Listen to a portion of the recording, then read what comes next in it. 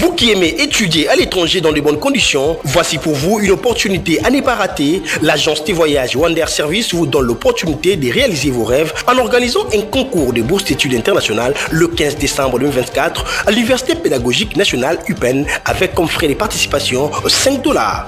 Yo mutolobaka na linatanga en États-Unis, Canada, Belgique, Italie, libaku kitoko yangoyo eyelio. Ah oui, to bengi yango bourse d'études internationales avec bande konabiso ya Wander Service. Tolobi boye le 15 décembre tokuta na biso nyonso na kati ya université ya UPenn. Esika wapi concours na biso eko salama. Droit de participation babwa kimbongoti $5 ya pamba. Yaka tenter chance na yo, talisa chance gagner okende kotanga na international. Hâtez-vous car les places sont limitées. Nous avons des partenariats dans des universités de pays tels que la France, le Canada, la Tunisie, la Turquie, la Biélorussie, la Roumanie, l'Australie, Luxembourg et puis il y en a vraiment plusieurs pays. Voici nos points de vente pour les billets. L'Université pédagogique nationale UPenn, chez Colin iPhone, l'immeuble Empire sur 24 novembre, King Plaza du côté Socimat ou bien sûr l'avenue Bouta, numéro 171, référence supermarché SN Mart sur rond-point-Willery. Pour tout contact, appelez-nous sur 083 28 47 349 083 28 47 349. Wander Service, la voie de vos rêves. Wander Service, vous servir dans le professionnalisme, c'est notre devoir.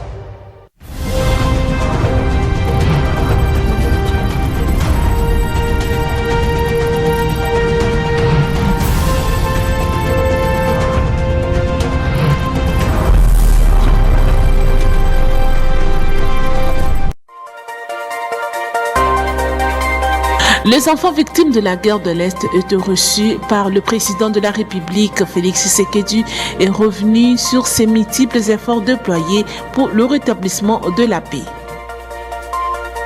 Dans le cadre de préparatifs de scrutins législatifs nationaux et provinciaux prévus le 15 décembre, la Commission électorale nationale indépendante a organisé une caravane motorisée pour sensibiliser la population.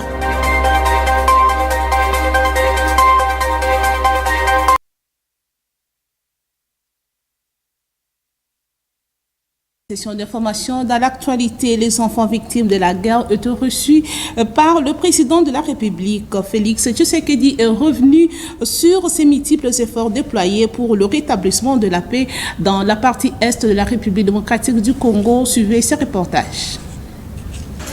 Victimes de la guerre injuste imposée à l'est de la RDC par le Rwanda, telles que la perte de leurs parents ou la rupture des liens familiaux, avec pour conséquence la fuite dans le camp de déplacés à Mugunga et Don Bosco à Goma, ces enfants privés de la jouissance de leurs droits fondamentaux sont venus à la rencontre du père de la nation, le président de la République, Félix Antoine Tshisekedi Tshilombo, et la première dame, Denise Makero, pour exprimer leur ardent désir du retour de la paix dans la partie est de la RDC.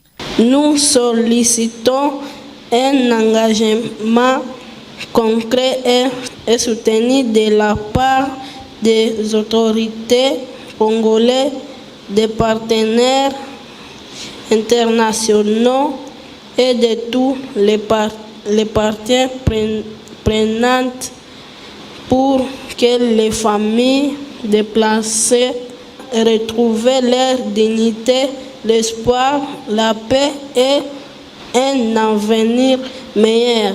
Difficile d'expliquer à des enfants le mécanisme diplomatique complexe concernant le retour dans un avenir proche de la paix dans cette partie du pays. Voilà pourquoi le président de la République est revenu brièvement sur ce multiples efforts déployés pour le rétablissement de la paix, notamment le processus de Luanda, dont le but est d'instaurer un cessez-le-feu suivi du cantonnement, du désarmement et de la démobilisation des rebelles du M23. Alors les enfants, vous voyez, je vous ai décrit 4 démarches que nous sommes en train de mener et qui, je vous l'assure, faites-moi confiance, vont ramener la paix définitivement à l'Est. Pas un semblant de paix, c'est-à-dire simplement les armes qui se taisent pour reprendre dans 1 an, dans 2 ans, non. Ce sera la paix définitive. Et vous pourriez enfin, à ce moment-là, rentrer à la maison. Voilà, les enfants, nous ne vous oublierons jamais.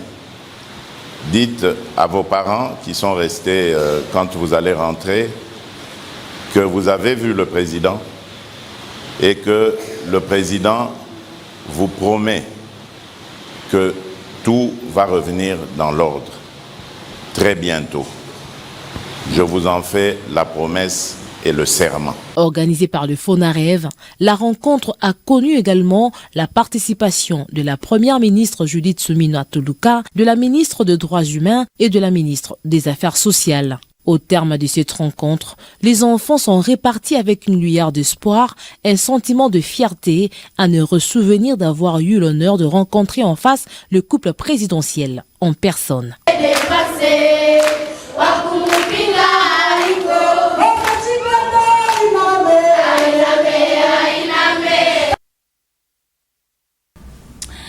Toujours dans l'actualité, le chef de l'État Félix Tshisekedi a pris part à la première édition de la conférence dite rencontre de femmes d'exception, suivant encore une fois ces reportages.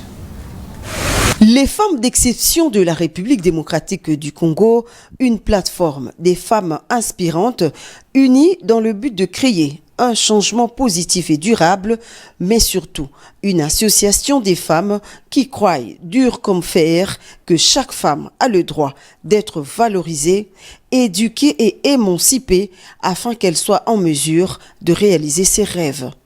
À travers la première édition de la conférence dite « Rencontre d'exception », ces femmes venues de plusieurs horizons vont échanger et débattre sur les questions majeures se rapportant aux droits des femmes, à l'émergence d'un leadership féminin inspirant et modèle. Gouvernance inclusive, thème choisi pour cette rencontre de haut niveau, renvoie à un système où les femmes participent activement et équitablement au processus de prise de décision dans les sphères politiques, économiques et sociales du pays. Présidente de FEDEC et initiatrice de ces assises, Madame Lydie Omanga circonscrit l'événement du jour. Faire en sorte que vos garçons soient des masculins positifs, que vos filles puissent avoir la niaque pour pouvoir affronter les choses et ne pas se laisser faire. Mon père a été la première personne et le premier homme de ma vie qui m'a montré la voie et qui m'a fait confiance. Et aujourd'hui, je donne ces exemples parce que je veux dire aux hommes qui sont ici, ce masculin positif que nous avons, cet exemple qui est là, mais faites-en autant. Champion de la masculinité positive désigné par ses pairs africains, le président de la République Félix-Antoine Tshisekedi Tshilombo a voulu honorer ces femmes d'exception en sa qualité de parrain originel de cette plateforme qui cadre avec sa vision de promouvoir l'égalité du genre dans toutes les institutions du pays. C'est avec admiration que je les ai désignées comme des femmes d'exception en reconnaissance de leur parcours inspirant. La gouvernance inclusive est pour moi bien plus qu'un concept. C'est une vision d'un leadership qui intègre toutes les composantes de notre société dans le processus décisionnel. La Côte d'Ivoire, pays invité à travers Madame Sarah Fadika Sako, première vice-présidente du Sénat ivoirien. Les organisateurs justifient ce choix par le fait que la Côte d'Ivoire a été reconnue en 2023 comme champion d'Afrique en matière de lutte contre les discriminations à l'égard des femmes et des jeunes filles. Le rapporteur de l'Assemblée nationale, le professeur Jacques Njoli et le sénateur Alphonse Ngoï Kassanji ont reçu la mission d'information du pape, membre de la commission des opérations d'une relation internationale et de règlement de conflits au menu de leurs échanges, la crise sécuritaire dans la partie est de la République démocratique du Congo. Suivez ce reportage de Sarah Kindela et Christian Lissoukou. Les chefs de la délégation de l'Assemblée nationale de la République démocratique du Congo et du Sénat au Parlement panafricain, le professeur Jacques-Thiolé Singekeli et le sénateur Alphonse Ngoï Kassonji ont reçu ce lundi 2 décembre 2024 la mission d'information du pape, membre de la commission de la coopération des relations internationales et du règlement des conflits, conduite par le vice-président de la dite commission, Timiléon Bakoua. L'objectif principal de cette mission d'information du Parlement panafricain à Kinshasa est de réunir le maximum d'informations sur la situation sécuritaire dans la partie est de la RDC, dans l'optique de permettre au Parlement congolais et au pape de saisir l'Union africaine sur base des recommandations qui devront formuler. Pour ce lundi, la délégation a eu une séance de travail à huis clos avec le parlementaire congolais, notamment les députés nationaux Gary Sakata et Marie-Thérèse Wangoy Moukalai, ainsi que le sénateur Christophe Lutundula Penapala, président de la commission de relations extérieures. Juste après, la délégation a été reçue par le président de la Chambre haute du Parlement, Jean-Michel Samaloukoundé. Les membres de la commission de la coopération des relations internationales et du règlement des conflits du pape lui ont fait part de la motivation de la nouvelle architecture de l'Union africaine qui veut prendre sa place pour faire entendre la voix de peuples africains et par la même occasion manifester la volonté de ne pas rester indifférente au drame humanitaire consécutif à l'agression de la RDC par le Rwanda et ses supplétifs du 1-23. Au sortir de cette rencontre, le rapporteur de l'Assemblée nationale, le professeur Jacques-Thiolé Singekeli et le sénateur Alphonse Ngoï Kassonji ont fait visiter à cette délégation les différents compartiments de l'Assemblée nationale et du Sénat, notamment la salle des spectacles et la salle de plénière. Motif de satisfaction pour le chef de la délégation. Autre chose à présent, le ministre d'État en charge de l'Intérieur, Sécurité, Décentralisation et Affaires coutumières met en garde plutôt les inciviques qui continuent à s'aimer terreur et désolation au sein de la population. Suivez Jacquemin Chabani et le général Blaise Klimbalima dans cet extrait choisi par Genel Pezo. Et il nous a été instruit d'initier, d'accompagner et de faciliter nos services de sécurité, mais davantage et encore plus notre justice, à travers des audiences foraines. Des audiences foraines où seront présentés les différents cas de banditisme urbain. Et ils allaient à l'occasion pour interpeller Bino, papa, maman, Batela, Mwana Nayo. Si vous voyez que toutes ces personnes sont ciblées, il y a l'information, l'interaction entre la police et la population qui désormais nous donne les cibles. Et nous attaquons ces cibles. Voilà qu'on a mis la main sur ces malfrats. Les pleurs là, ce sont des enfants des Koulouna qui doivent partir dans les différentes prisons telles que prévues par la hiérarchie. Dans le cadre de préparatifs des scrutins législatifs nationaux et provinciaux prévus le 15 décembre, la Commission électorale nationale indépendante a organisé une caravane motorisée pour sensibiliser la population. Suivez ces détails avec Chanel Pezo, rendu par Agathe Messi. Cette initiative vise à encourager une participation massive des électeurs en mettant l'accent sur l'importance de la démocratie participative et inclusive. Lancée au nom du président de la CENI, Denis Kadima Kazadi, la carnaval s'est déroulée en 3 temps forts. Donc, le 15 décembre 2024, qu'on votait ma député nationaux et provinciaux. Papa, maman, bilingue ya masimanimba.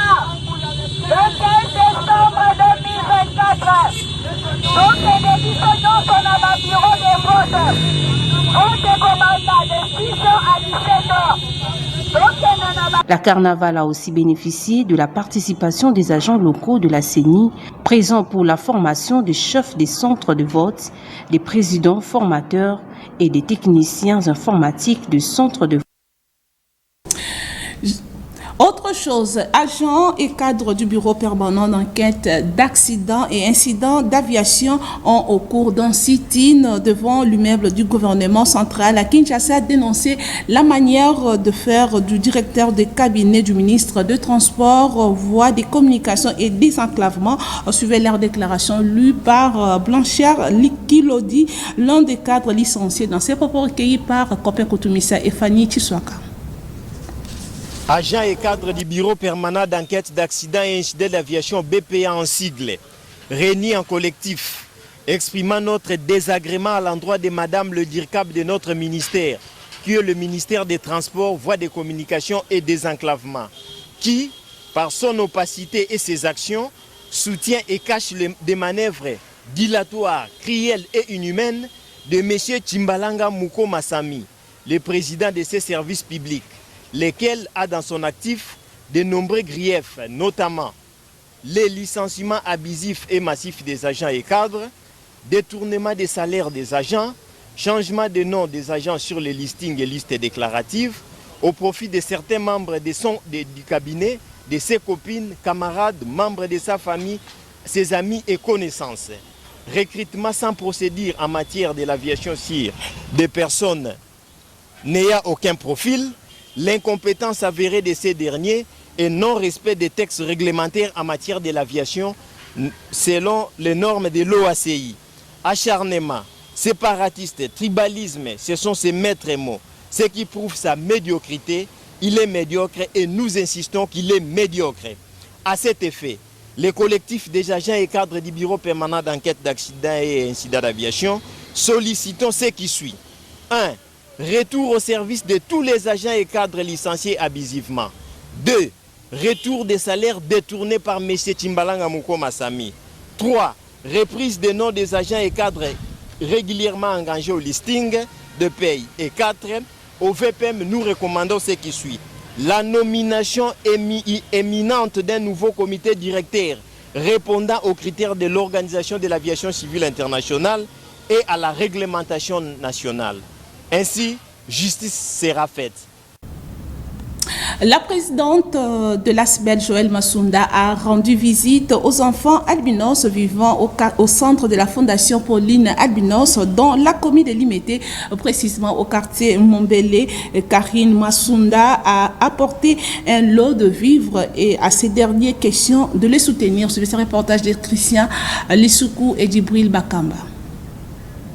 La Fondation Pauline Albinos a reçu ce mercredi 4 décembre 2024 une forte délégation de l'ASBEL Joël Massounda qui dirige Madame Karine Massounda qui était venue rendre visite aux enfants albinos vivant dans ces centres d'encadrement dans l'objectif d'apporter leur soutien à ces derniers en les apportant des vivres. À la question de savoir sur l'objectif de cette visite, la présidente de l'ASBEL Joël Massounda, Madame Karine Massounda, livre ses impressions. En fait, l'association a pour but d'accompagner et d'aider les personnes qui ont démunies, particulièrement la cause des enfants. Donc aujourd'hui, nous sommes venus avoir un premier contact avec les enfants, voir un petit peu leur environnement. Et l'objectif, très rapidement, ce sera d'établir des partenariats avec des personnes qui vont participer à la scolarité, aux frais divers, à la développement des livres. Et plus tard, peut-être à un certain âge de travailler. Un geste de compassion salué par la Fondation Pauline Albinos. Je suis vraiment dans la joie et moi-même étant membre de la Fondation Pauline Albinos, je tenais vraiment à dire merci. Merci à l'association Joël Massounda. Merci pour leur amour, l'amour qu'ils ont manifesté, parce que pour faire ça, il faut vraiment avoir un cœur d'une mère. Voilà, il a manifesté ça en venant visiter les enfants. Nous les remercions vraiment et puis nous remercions l'association, c'est-à-dire les amis, la famille. Il faut noter que l'ASBEL Joël Massounda œuvre pour le bien-être des autres. Par leur éducation, dans ce journal, l'Université Révérend Kim, site de Lingwala, a organisé un concours de dictée française à l'intention des étudiants de L1, un système LMD de 5 facultés qui compte 7 alma mater. Suivez ce reportage. Unis dans l'effort pour l'indépendance. Debout Congolais. C'est le texte de cet hymne national congolais, adopté l'année de l'indépendance du pays en 1960, qui a été retenu pour le concours de dictée française organisé ce vendredi 4 décembre à l'université Révérend Kim Site de Lingwala. Une épreuve écrite à laquelle ont pris part les étudiants de L1 LMD des 5 facultés qui comptent ces cadres d'enseignement, à savoir les droits, l'économie, la médecine, l'informatique et la communication. Au terme du concours, l'examinateur revient ici sur les critères qui seront pris en compte lors de la correction. Et ces critères valent quelques fautes françaises. En corrigeant, sur papier, on va voir si déjà il y a 10 fautes sur un texte au moins une demi-page. Nous croyons que cet étudiant est déjà sanctionné négativement. À partir de 5 jusqu'au-delà, moins de 5 fautes, l'étudiant est considéré comme étant un meilleur, il pourrait rétablir. Ces participants approchés s'expriment en ces termes. C'est une bonne initiative pour l'université Révérend Kim. Ça permet aux étudiants de prendre conscience pour savoir comment écrire verbalement l'hymne national. En tout cas, pour moi, ça a bien passé. Pour moi, je vais dire que ça s'est bien passé. On attend voir les résultats. Il importe de signaler que 2 meilleurs étudiants de chaque faculté obtiendront les prix mis en jeu par les recteurs de l'université Révérend Kim.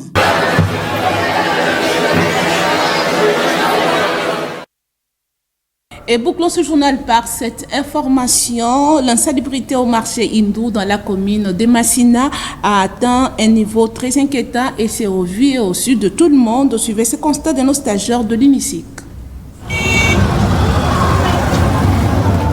Le gouvernement provincial de Kinshasa est appelé à jouer pleinement son rôle et c'est au regard de nombreux défis auxquels il doit faire face. La détérioration des routes d'intérêt provincial, l'insécurité ainsi que l'insalubrité restent le mot qui ronge la capitale de la République démocratique du Congo. D'aucuns se posent mille et une questions de savoir à quand Kinshasa fera beau vivre, quel que soit le climat. C'est le cas du marché hindou dans la commune de Massina. Ici, sans peur d'être contredit, les vendeuses et vendeurs exposent à même le sol sans crainte de biens propres à la consommation, ignorant ainsi des niveaux de dégâts que cela peut causer dans le corps humain après les avoir consommés. Entre-temps, l'État du monde se sont placés ça et là et c'est au vu et au su de tout le monde. Cela doit coûte que coûte interpeller ceux qui ont une portion de pouvoir. Pour rappel, la situation décriée maintenant au marché hindou à Massina est presque similaire à celle d'un bon nombre de marchés à Kinshasa. On a connu dans la capitale des slogans et des opérations initiées par le gouverneur allant dans le sens de redorer l'image de Kinshasa, mais cela n'a produit aucun succès. D'avoir suivi, mais avant de nous quitter, place au rappel des titres.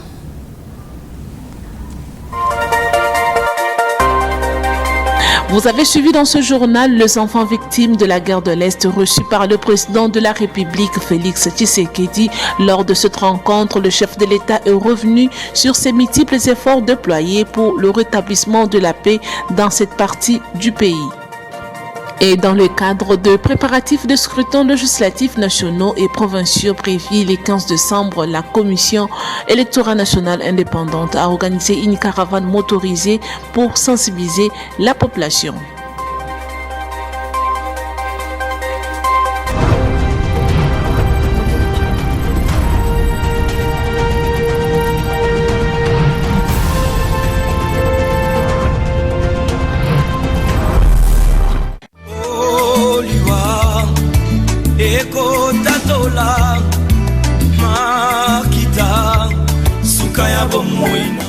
La famille Melo Louisi, Tchamavu Philippe, Matouanga Joseph, Dodo Balou, Matouanga Espérance, Andy, Béra, Kevin et Olivier, tous Melo, ainsi que la famille Massoua, ont la profonde douleur d'annoncer aux amis et connaissances la mort inopinée de leurs frères, oncles, père et grand-père Melo Dimbamba Joachim, décès survenu le dimanche 24 novembre à l'hôpital Saint-Joseph de Limité des suites d'une courte maladie.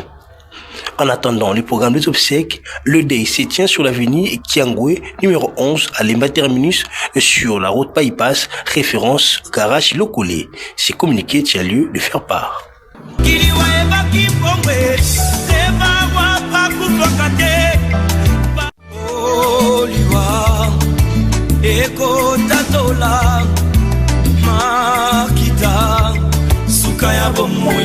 La famille Moutumosi a la profonde douleur d'informer aux amis et connaissances la mort inopinée de leur fils et petit-fils, Dondi Moutumosi Kamosi, mort survenu le lundi 25 novembre. Le programme des obsèques se présente de la manière suivante. Jeudi 5 décembre, veillée mortuaire à la résidence familiale 6 au numéro 4, avenue Manenga, quartier Kalunga, commune de Selembao. Vendredi 6 décembre, levée du corps à 10h à la morgue des cliniques universitaires pour l'enterrement au cimetière de Mingadi 2. Un bain de consolation est prévu à la famille au retour du cimetière. Ce communiqué tient-le de faire part.